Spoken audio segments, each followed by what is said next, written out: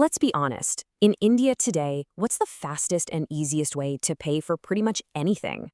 It's UPI, right? It has totally changed the game for all of us. But what if I told you that this incredible convenience has a very dark and very costly hidden danger?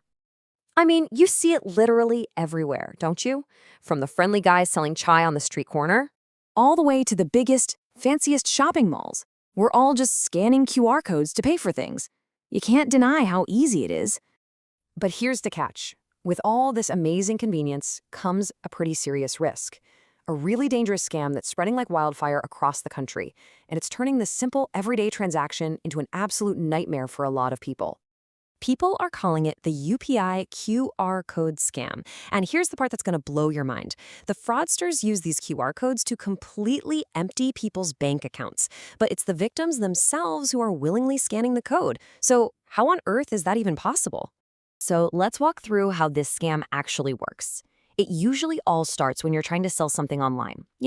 On a site like OLX or maybe Facebook Marketplace. A scammer posing as a buyer gets in touch.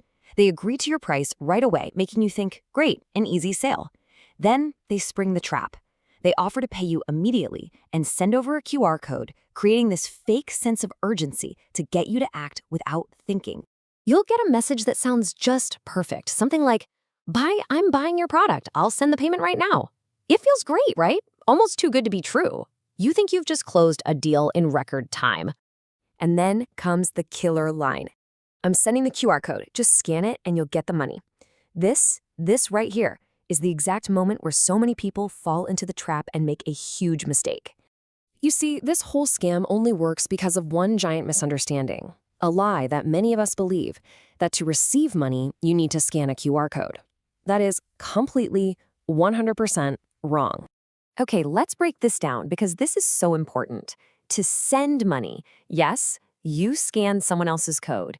You enter the amount, and then you enter your secret UPI PIN to approve it. But to receive money, it's so much simpler. You just share your UPI ID or your personal QR code. That is it. No scanning is needed. No PIN is ever required.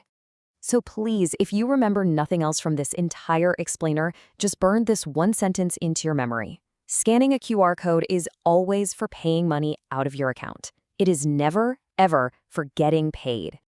And that brings us to your UPI PIN. Just think of your PIN as the final secret key to your digital wallet. It's the code you enter only to authorize money going out of your account. I'll say it again. You will never, ever need to enter your PIN to receive money.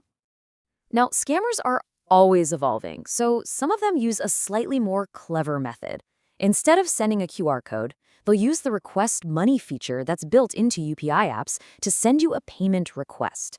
They'll send you a message saying something like, "Sir, just accept this payment request to get the money." See how they twist the words? They make it sound like you're accepting a payment, but what you're actually doing is approving a request for them to pull money from your account. The moment you enter your PIN to approve it, that money is gone. Okay, so now that you know how these crooks operate, how do you actually protect yourself? Well, it all comes down to a few very simple but incredibly important rules.